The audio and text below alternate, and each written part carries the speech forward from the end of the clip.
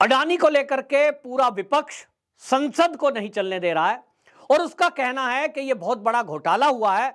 मोदी जी ने अडानी का फेवर किया है और मोदी के कहने से एलआईसी ने अडानी ग्रुप के शेयर खरीद लिए। देश का जो बैंक है एसबीआई, उसने शेयर खरीद लिए और यह मोदी के फेवर की वजह से एसबीआई यानी देश के बैंक डूब गए और एलआईसी डूब गई। और इसको लेकर के विपक्ष ने घोषणा की है कि वो पूरे देश में धरने प्रदर्शन करेंगे। अब सवाल यह है कि क्या इस देश में अब कोई विदेशी चैनल या अखबार यह तय करेगा कि हमारी संसद में काम चलेगा या नहीं? यह भी एक बात उठती है कि जो विपक्ष सर्जिकल स्ट्राइक पर सरकार से सबूत मांगता है, जो एयर स्ट्राइक पर सरकार से सबूत मांगता है, वही लोग, वही विपक्षी पार्टी किसी एक बीबीसी जैसी डॉक्यूमेंट्री पर सरकार को घेरता है, उस बीबीसी से कोई सबूत नहीं मांगता है। इसी तरह मात्र 10 लोगों के द्वारा चलाई गई एक छोटी सी फर्म हिंडनबर्ग, वो विदेश की धरती में उनका ऑफिस है, विदेश में वो काम करते हैं, लेकिन वो किस तरह से भारत विरोधी एक बयान दे देते हैं या रिपोर्ट प्रस्तुत कर देते हैं जिसका कोई तथ्य, कोई आधार नहीं है, लेकिन वो कह दें कि साहब अडानी ने गड़बड़ की है। और ये गड़बड़ी आप देखिए कि वो कहती है कि हमारी 10 साल की रिसर्च है, जबकि मोदी सरकार को आए अभी 8 साल हुए, यानी कांग्रेस के टाइम से चल रहा है। लेकिन कांग्रेस ने इस हिंडनबर्ग की रिपोर्ट को ऐसा मान लिया कि इससे बड़ा सच तो दुनिया में नहीं है। यहां किसी कांग्रेसी ने हिंडनबर्ग को यह नहीं कहा कि आप देश के एक उद्योगपति के खिलाफ जो ये आरोप लगा रहे हैं, जिसके कारण जो शेयर डाउन हुए हैं, वो केवल अडानी का नुकसान नहीं है, वो पूरे देश का नुकसान हुआ है। देश की अर्थव्यवस्था पर ये जो चोट की गई है, ये उन लोगों के द्वारा है जिनको पछाड़कर हमारा देश 5वीं विश्व की सबसे बड़ी आर्थिक स्थिति पर पहुंचा था। आज इस अडानी ग्रुप के शेयर गिरने के कारण जो नुकसान हुआ है, भारत 5वें स्थान से खिसककर 6ठे स्थान पर आ गया है। और इस 6ठे स्थान पर आने पर, यानी भारत की इस नुकसान में, बर्बादी में, इस देश का विपक्ष और बहुत सारे लोग ताली बजा रहे हैं। बड़ी खुशी की बात है, अडानी को नुकसान हो गया। क्यों? क्योंकि अडानी एक ऐसे उद्योगपति हैं जो राष्ट्रवादी हैं। इस देश में बहुत सारे उद्योगपति हैं, लेकिन आप जानते हैं कि अडानी एक ऐसे व्यक्ति हैं जो उनको लगता है कि देश के हित में, देश की सुरक्षा से जुड़ा हुआ कहीं मामला होगा तो वहां वो इन्वेस्ट करते हैं। उदाहरण के लिए इजराइल का पोर्ट उन्होंने लिया है। अगर अडानी इजराइल के पोर्ट को बिड ना लगाते, यानी उसके लिए टेंडर ना भरते, तो वो कोई भी ग्लोबल टेंडर था, कोई भी दुनिया का देश ले लेता, तो कौन लेता? उसको लेने के लिए चीन ललायत था। चीन की पूरी नजर उस पर थी और यदि चीन ले लेता है तो वो इजराइल से भारत की जो मित्रता है उसमें फर्क पड़ता, जो इजराइल से भारत में व्यापार हो रहा है इस पर फर्क पड़ता, और दोनों देशों की जासूसी करने में भी उसको मदद मिलती। चीन को झटका देना था। चीन हमारे पीछे पड़ा हुआ है क्योंकि हम चीन को लगातार झटके पे झटका दे रहे हैं। तो चीन टारगेट कर रहा है कि भारत को कैसे घेरा जाए। एक तरफ वो इजराइल का पोर्ट लेना चाहता था, एक तरफ वो श्रीलंका में बैठना चाहता था, और दोनों ही जगह ये जरूरत महसूस हुई कि कोई उद्योगपति ऐसा हो जहां वहां अरबों रुपए का इन्वेस्ट कर सके। देश की अपनी व्यवस्था है कि वहां टेंडर निकलेगा, जिसका टेंडर हाई होगा टेंडर उसको मिलेगा। पारदर्शिता होती है, सरकार को अपना लाभ लेना होता है, और इसलिए श्रीलंका हो या इजराइल, दोनों जगह गौतम अडानी ग्रुप ने, आपको बता दूं कि इजराइल में 8 गुना ज्यादा टेंडर का रेट बढ़ा। क्यों बढ़ा? क्योंकि तय था कि किसी भी कीमत में हमें यह इजराइल के पोर्ट को लेना ही है, श्रीलंका के पोर्ट को हमें लेना ही है, क्योंकि देश की सुरक्षा से जुड़ा हुआ मामला है। और आपको बताऊं, बस केवल यही कारण है कि अडानी के पीछे ये कांग्रेसी और वामपंथी लिबरल्स ये हाथ धोके पड़े हैं। आप ये शब्द 2-3 साल से सुन रहे होंगे। राहुल गांधी हमेशा एक टारगेट करते आए हैं, जहां उनके भाषण देख लीजिए, भारत जोड़ो यात्रा में भी है, यह सरकार अडानी अंबानी की है, यह सरकार अडानी अंबानी की है, क्योंकि अब अगला नंबर इनको अंबानी का लगाना है। और अंबानी से क्या दिक्कत है वो भी बता देता हूं। अंबानी वो व्यक्ति हैं जिन्होंने 5G स्पेक्ट्रम पर काम किया, 5G को डेवलप किया, अरबों खरबों रुपए उन्होंने रिसर्च पे खर्च किए और आज भारत को भारत का 5G नेटवर्क मिल रहा है। ट्रायल रूप में अभी चालू हो चुका है, देश के कई शहरों में वो हो चुका है। अगर ये अडानी जी 5G नहीं लाते तो कौन लाता? चीन ला रहा था। चीन की मंशा थी कि वो 5G अपना लाए, और अगर 5G चीन का होता तो सोचिए कि हमारे जो एरोप्लेन जा रहे हैं, हमारे देश से कभी उसकी लड़ाई हो जाए, हमारा फाइटर प्लेन जा रहा है, हमारी सैटेलाइट से कुछ हमें ड्रोन चलाने हैं, ये 5G नेटवर्क से चलते हैं, उसका नेटवर्क कब बंद कर दे वो उसके हाथ में चाबी होती। और इसीलिए भारत देश ने जब ये समझा कि चीन हमारे लिए खतरनाक है, जो 1962 से हमारी हजारों स्क्वायर मीटर जमीन को दबाए बैठा है, जो पाकिस्तान के जरिए आतंकवाद फैला रहा है, जो हमारे देश में विस्तारवादी नीति के कारण अरुणाचल प्रदेश में आए दिन घुसपैठ की कोशिश करता है, ऐसे देश का नेटवर्क क्या हम लेंगे? और अगर लेंगे तो क्या देश के लिए वो सुरक्षित होगा? और इसलिए जब तय हुआ कि देश का कोई उद्योगपति इस लाइन में आए, तो मोदी सरकार पे जो आरोप लगा रहे हैं, मैं कहता हूं कि ये अडानी हो या अंबानी, ये मोदी सरकार के कहने से ही सही, लेकिन कौन तैयार होता है जिसका ये रिजल्ट नहीं पता कि उन्हें आउटपुट क्या मिलेगा? कोई व्यापारी उस क्षेत्र में पैसे लगाता है जिसमें उन्हें पता है कि वो सफल होंगे और फिर उन्हें फायदा होगा। किसी को नहीं पता था कि ये 5G नेटवर्क सफल हो भी पाएगा कि नहीं, क्योंकि जब शुरुआत कोई करते हैं, रिसर्च कर रहे हैं, क्या किसी को पता था कि भारत अपनी वैक्सीन बना पाएगा? दुनिया के कई देश वैक्सीन डेवलप करने में लग गए, जिसमें चीन भी था, जिसमें अमेरिका भी था, जिसमें ऑस्ट्रेलिया भी और जापान भी था। अमेरिका की वैक्सीन सफल नहीं है उतनी जितनी भारत की है, न चीन की उतनी सफल है जितनी भारत की है। तो क्या भारत के वैज्ञानिक जब उसकी रिसर्च में बैठ रहे थे पहले दिन, उनको पता था? निश्चित रूप से नहीं पता था। और इसलिए मोदी सरकार ने, जो सरकार के पास फंड है, उस फंड में से कुछ पैसे उस रिसर्च के लिए वैज्ञानिकों को दिए। तो आपको याद होगा, ये कांग्रेसी और ये विपक्षी दल इसी तरह आरोप लगा रहे थे कि मोदी सरकार ने जो पीएम केयर्स है उसका पैसा प्राइवेट कंपनियों में लुटा दिया। क्यों लुटाया? क्या मोदी जी ने उससे जमीन खरीद ली? क्या मोदी जी ने वो जो पीएम केयर्स का पैसा था अपने किसी विदेशी लॉकर में रख दिया? क्या अपने भाई भतीजे को कोई फैक्ट्री लगवा दी?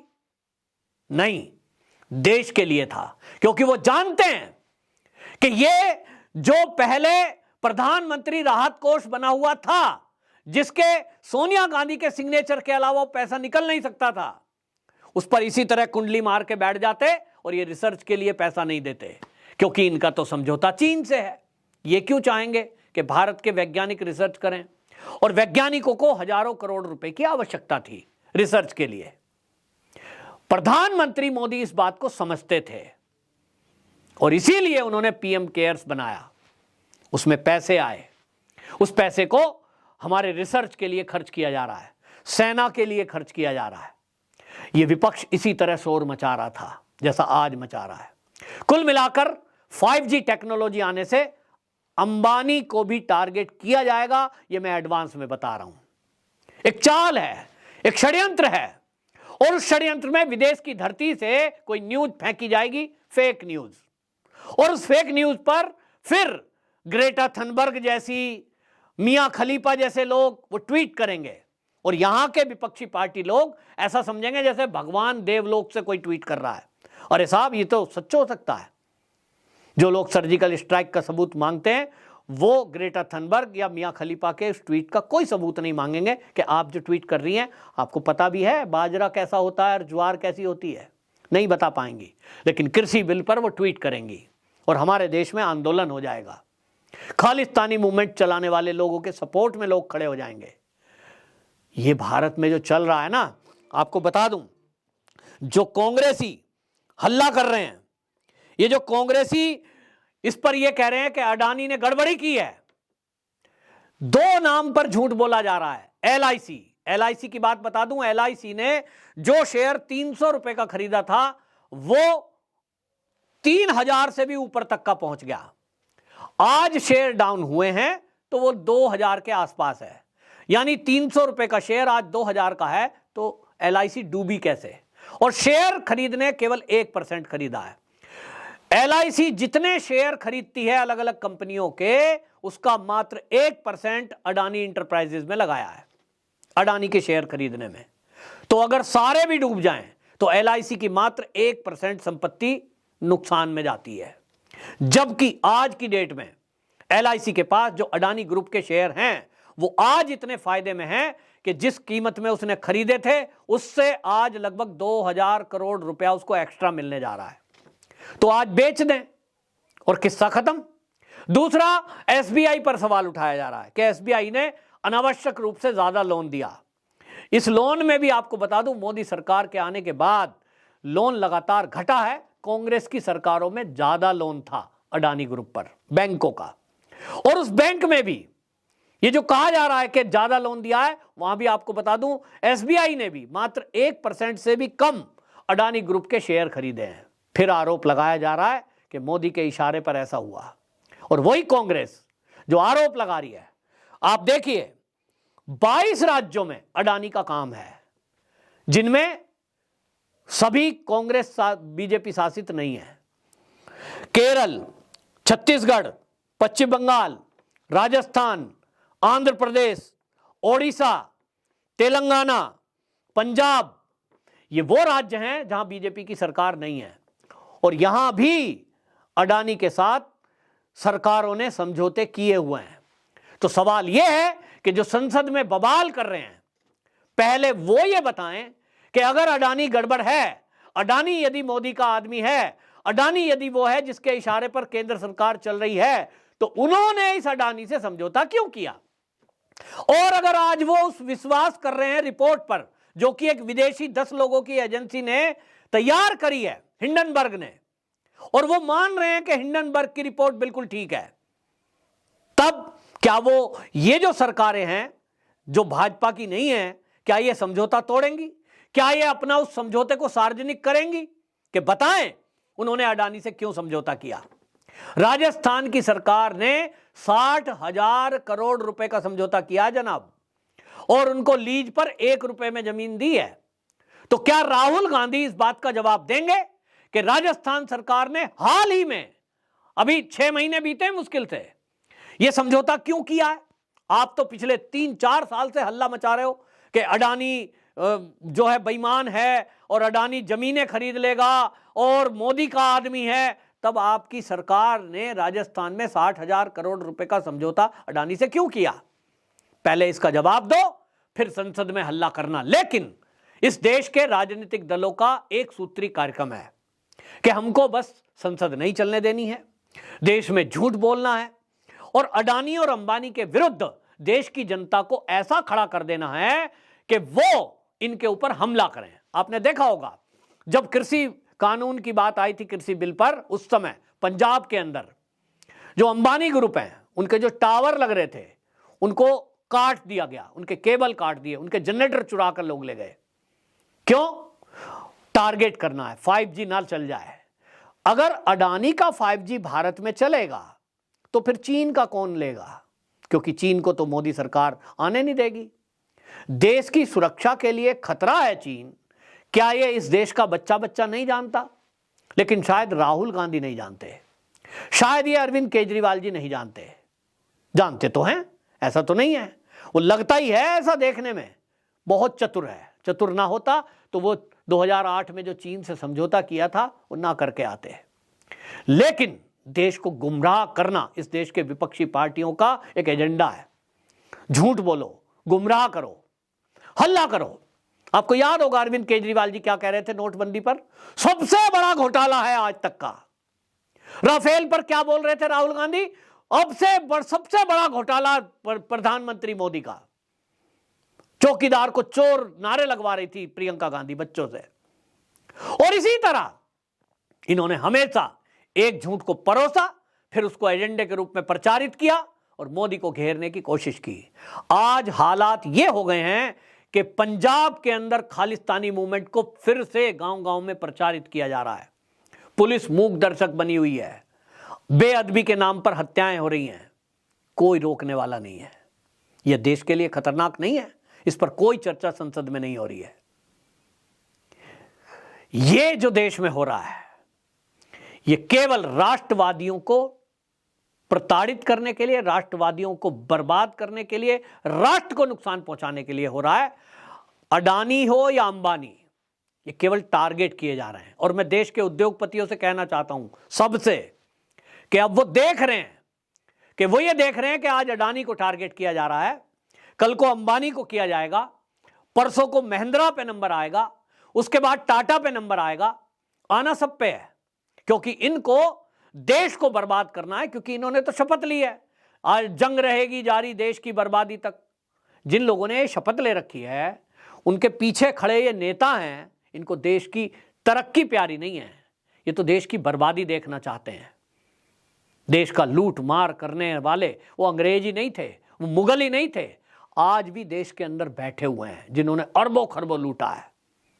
उनकी सबकी कोशिश है कि 2024 में मोदी ना आ जाए, और इसलिए कहीं रामचरित का विवाद कर दो, उत्तर प्रदेश में दंगे हो जाएं ताकि वहां इन्वेस्टर ना आए, इसी तरह देश का माहौल खराब कर दो, बीबीसी की डॉक्यूमेंट्री फैला दो कि भाई मोदी तो मुस्लिम विरोधी है, ताकि देश के युवा मुसलमान मोदी से नफरत करने लगें और मोदी के विरुद्ध वोट करें। पूरी कोशिश यही है कि हिंदुओं को सिख और हिंदू से लड़ाओ, यहां बौद्ध और ब्राह्मणों को लड़ाओ और आपस में बांट दो। यही अंग्रेजों की नीति थी, फूट डालो, राज करो। इसी को आज भारत में कुछ बैठे हुए काले अंग्रेज इंप्लीमेंट करने पे लगे हुए हैं। हम देशवासियों को इस चाल को समझना होगा और इनके प्रतिकार करने के लिए हर मोर्चे पर हमें सतर्क रहना होगा और नेताओं से पूछना होगा, राहुल गांधी से पूछना होगा कि यदि अडानी बेईमान है तो आपके शासित राज्यों में उससे समझौता क्यों? इस तरह की बातें इनसे पूछनी होंगी, वरना ये लोग इसी तरह देश को बर्बाद करने के लिए कोशिशें करते रहेंगे और इस देश का नुकसान होता रहेगा। राष्ट्रवाद पर प्रहार करने वाले ये लोग पहचानने की आवश्यकता है और हर राष्ट्रवादी को अब इनके खिलाफ खड़े होने की आवश्यकता है। और फेक न्यूज फैलाने वालों पर जहां एक तरफ सरकार मुखर हो गई है, कानून बनाया जा रहा है, वहीं हमको भी सतर्क रहकर इनका हर मुकाबले पर, चाहे वो सोशल मीडिया हो या मीडिया, इनको एक्सपोज करने की आवश्यकता है। आपको लगता है कि ये बात, ये विचार देशवासी तक पहुंचनी चाहिए, हर लोगों तक पहुंचनी चाहिए, तो इस वीडियो को शेयर करके भी आप इस राष्ट्र में एक आहुति डाल सकते हैं।